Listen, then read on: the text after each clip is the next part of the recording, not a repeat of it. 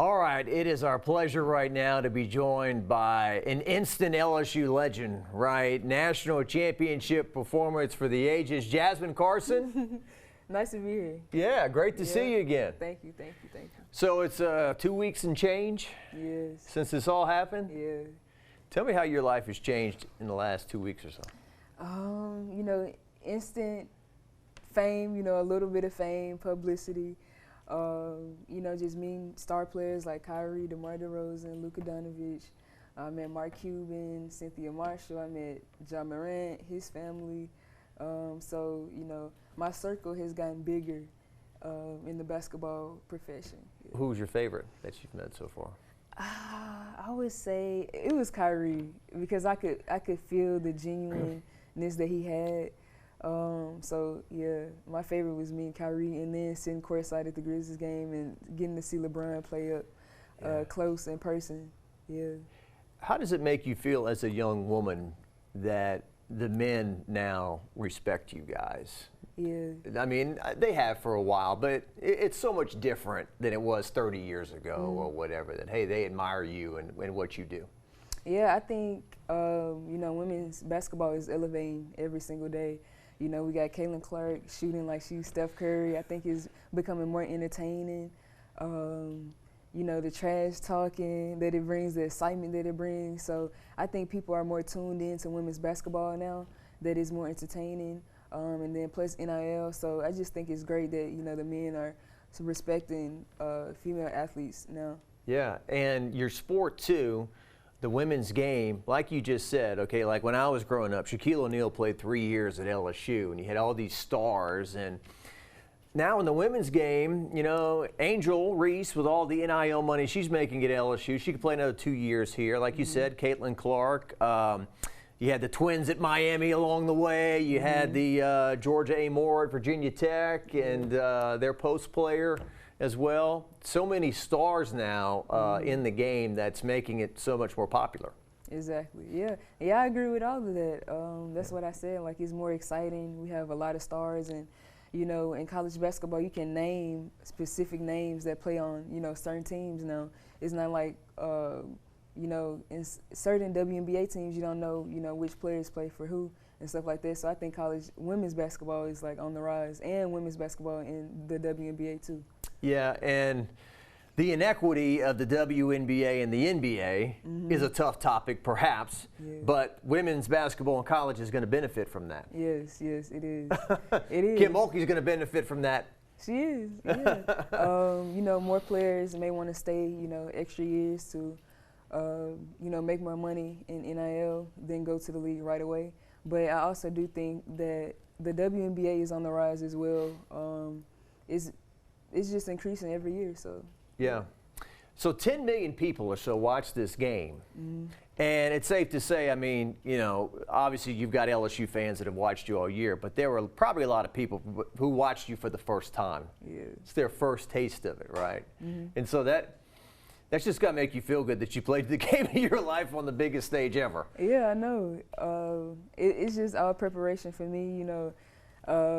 I'm still shocked at how people be like, man, you had such a great game. But for me, it's like, I've been doing this my whole life, so it's like, thanks, because I'm used to, you know, doing what I did in the championship game. But I just think I finally displayed it in the biggest moment that I could, you know, ever be in. So I'm grateful for that. But yeah, I've been having a lot of support and love.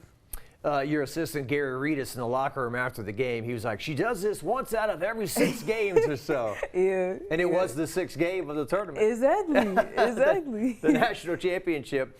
How much is this team special in terms of you're connected for the rest of your lives, right? There'll be a 5-year, a 10-year, a 20, a 30, a 40-year reunion when you get together and talk about what happened this year and what you accomplished. Yeah, I think this team was very special. You know, if you told me in June, you know, when you were filming that we was going to be national champions, I would believe it, but you know, it's like I kind of wouldn't because it's so surreal. But yeah, you know, this team is one of a kind, really. You know, we have Angel in the inside, Day in the inside. You know, we had Lex, Fly J, myself, Kateri, Poe. Just our whole team was just dynamic, and we could do so much, you know, in different ways. Let's see if we can call an audible here. I think we have that footage. Devin, if you could have that LSU first practice as a team with Jasmine and Angel. There we go. There she is. Getting together and bouncing there in the corner. And there's Angel. This is back in July, I think, of last year. Grant, the SID, said, Jock, do you want to come get some video of the new players? And I said, absolutely. And so probably took me a while to learn all your names and, you know, your faces and everything. But what do you think looking back on this video? It just brings, you know, joy seeing this. You know, we came a long way. Like, all of us just look different. We came a long way. You know, we was working out, you know, grinding in the summer, you know, hoping that we could bring a national championship home. So we was playing pickup here every day during the summer, you know, gaining chemistry. So just watching this, it just brings back a lot of memories. That right there looks like Dallas, Texas. Yep. From the wing. Yep. And one thing I noticed, you know, you talk about trash talk. One time I just got a shot and all you heard was, da, da, da, da, da. You know, everybody was shouting at everybody at the same time, you know. So it's not trash talking the other teams, it's yourselves, right? Exactly, yeah. We were just competing, you know. That's what we do. We were competitive. We wanted to win. So yeah, we didn't hold any grudges from it. Yeah. And Coach Kim Mulkey said that when she first watched Angel, she got worried that the rest of you guys couldn't rebound because Angel was just dominating on the boards when you scrimmaged early on. Yeah, she was. I mean, nice pass there. It was just unbelievable. She almost gained every single rebound when we were scrimmaging each other. So I'm just, it just comes full circle.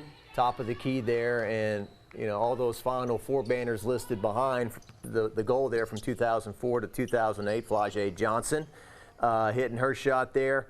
You know, those were the glory years of LSU basketball, and we just kind of wondered if they would come around again, and they have come around in a short period of time with your head coach there. LaDeja was so strong, right, in the Final Four and on this run. What kind of teammate was she? You two are kind of similar, soft-spoken, and then you had 1 year left of eligibility, and you both chose to come here. Exactly. I think, you know, Day was great for LSU, her last year here. She's, like you said, she's soft-spoken. She, you know, does her work quietly. She gets the job done every night, and she was really consistent during the playoffs. Let's talk about the celebration in Dallas there. So the confetti falls, and you guys are national champs. Just so many things like that could have gone wrong maybe along the way. No injuries. Yes. You know, like Alexis last year got hurt with her knee. No injuries. And like the Utah game, for example, that game in the final moments could have gone either way. You guys make the plays, Alexis makes the free throws, and here you are, FaceTiming or live on Instagram. You know, that moment was just, it was surreal. I always say surreal, but that's really how it feels in that moment. You just look back on, you know, everything you've been through, you know, your journey this team has gone through this year, you know, losing to South Carolina, losing to Tennessee, having to deal with, you know, outsiders on Twitter attacking us all the time. So, you know, the celebration was, you know, it was our time to celebrate, you know, and enjoy the moment. Yeah, because, and by the way, where is this piece of net? It's in my room. Yeah? Yeah, it's in my room. Awesome. Yeah, because it was kind of a foregone conclusion. South Carolina is too good. I mean, your head coach said that after you played them the first time, and then it was funny. We thought we were going to get a rematch at the SEC tournament, but then the Tennessee game doesn't go your way, and it's like, okay, well, maybe they're going to meet in the national title, and then Iowa beats them, so we never saw you guys play again. Yep. But just beat who's in front of you. Exactly, yeah. And that's what you did. And let's talk about your head coach, Kim Mulkey. And so you talk about people that lob things in from the outside. And I don't want to be just a local guy that, oh, Kim's got you under her spell and everything she does is great. But I have seen people say, well, she doesn't get along with this group, or she doesn't get along with that group. And in 2 years, I witnessed, well, she does get along with that group, and she does get along with that group. Yeah. I mean, Have you seen so many things that you just say that's not true? Yeah, I mean, you know, coming from me, it may seem biased, but, you know, you can only listen to people that has experience playing under her, and I think that, you know, she's a great coach. She pushes us every day. What people say on the outside, you know, they don't really know. They can just judge her from what they see. You know, on the outside, they don't really have experience, you know, dealing with her. But, you know, she's just a real coach. That's why I decided to come to LSU and play for her. She's just real, and, you know, she's a winner. Every generation, Jasmine, is told by the previous generation, right? Like, oh, you're prima donnas. Oh, your music stinks, right? And all this stuff. But it seems like this group of girls, young ladies, you wanted to be coached, not coddled, right? Exactly, yeah.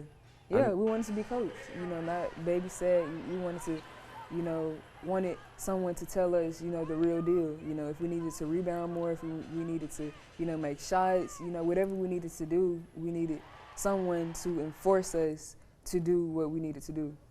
You ever met Scott Woodward, the AD, right there in the purple shirt? He talked to you. He's pretty quiet. He stays in the background too. Yeah. But he hired Coach Mulkey, and so that was a heck of a move, obviously, to get that all done.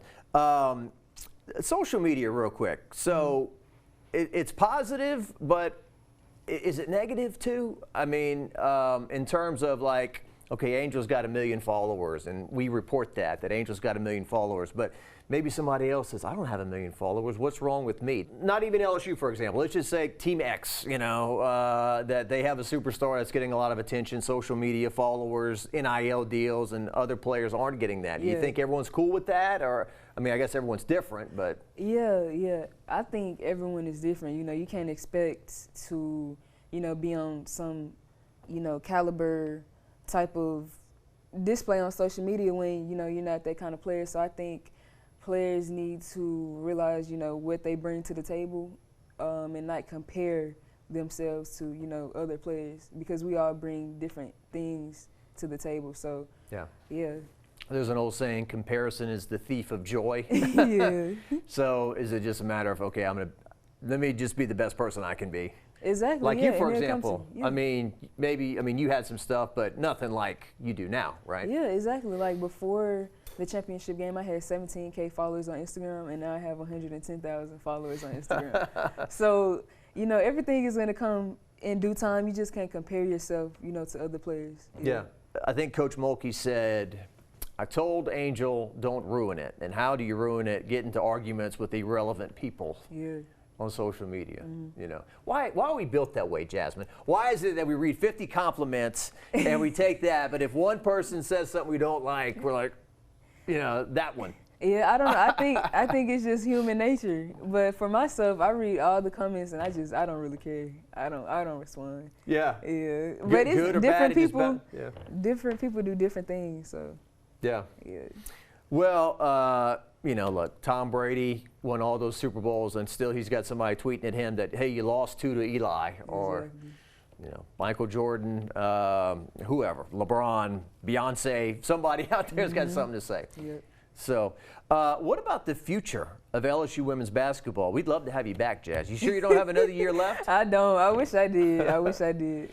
So you got Michaela Williams coming in from Bossier. You've got this Aaliyah Del Rosario in the post, this Angelica Velez at point, Janae Kent, and you return Angel, Flage, Kateri, and then some people might be coming in through the transfer portal. Yeah, we may never know, but I can tell you this: next year is going to be fun to watch. I can't wait to watch them play next year. You know, Haley Van Leaf was on campus yesterday, so I'm excited about that. I hope she commit. That'll be a super team right there. So. Yeah, the future is bright for LSU women's basketball, so I'm excited. You've watched her from afar, Dan Lith? Yeah, we were. We played at a Adidas All-American camp together, and we were selected to go to the WNBA All-Star game. So I know Haley, and she's a great player, and I think she fits LSU. Yeah. We were all entertained by that exchange with the Texas player at the end of that game, and that's just another layer. That's what guys have been doing for years, right? Exactly. Yeah.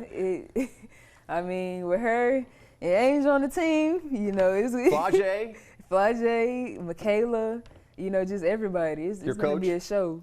Coach Monkey, it's going to be a show. Yeah, it could be a dynasty brewing, yes. you know. I guess, I mean, you won't be here, but I guess there'll come that day, right, when everyone comes back and we'll say, okay, is anybody out of shape and overweight? Yep. Did anybody get the big head? Exactly, you know? yeah. I'm sure Coach Mulkey and the coaching staff, she'll break that down in about 5 minutes, right? Yeah. Yeah. It'll be a fun sight to see. Awesome. So tell me just a few more things before we let you go. So you were given the key to the city in Memphis? Yes, I was. I was honored. You know, not everybody gets the key to the city. So, you know, yeah, I was just grateful and, you know, honored. Memphis, your home town there, and you also spoke to some kids at schools and those kind of things? Yeah, my old school that I went to, Central High School in Whitehaven, I talked to them. You know, they watched the game, and I just wanted to give them insight on how it is being a college athlete and how it is, you know, playing under a Hall of Fame coach and winning a national championship. I should have brought this up too, a couple more things with you, but the PMAC celebration. It feels great. It feels great. I love Baton Rouge, and I'm happy we brought a championship. There you go. Like us covering LSU football, we've been down there many times on Victory Hill when the team comes down and there's going to be 100,000 people in the stadium and there's people as far as the eye can see. It had that feeling to it, like LSU's about to play a football game, all the thousands of people on the streets and then in the PMAC. What was that experience like? It was phenomenal. Like, I didn't expect, you know, all of those people to come out and, you know, embrace us for winning the national championship. So it was just great. And you know, Baton Rouge is one of a kind, supporting athletes in this city. So, yeah, it was just, you know, real nice. Yeah. So what's next for Jasmine Carson? You have business opportunities, you have playing opportunities. Yeah, so, yeah, I do have a lot of things on the table.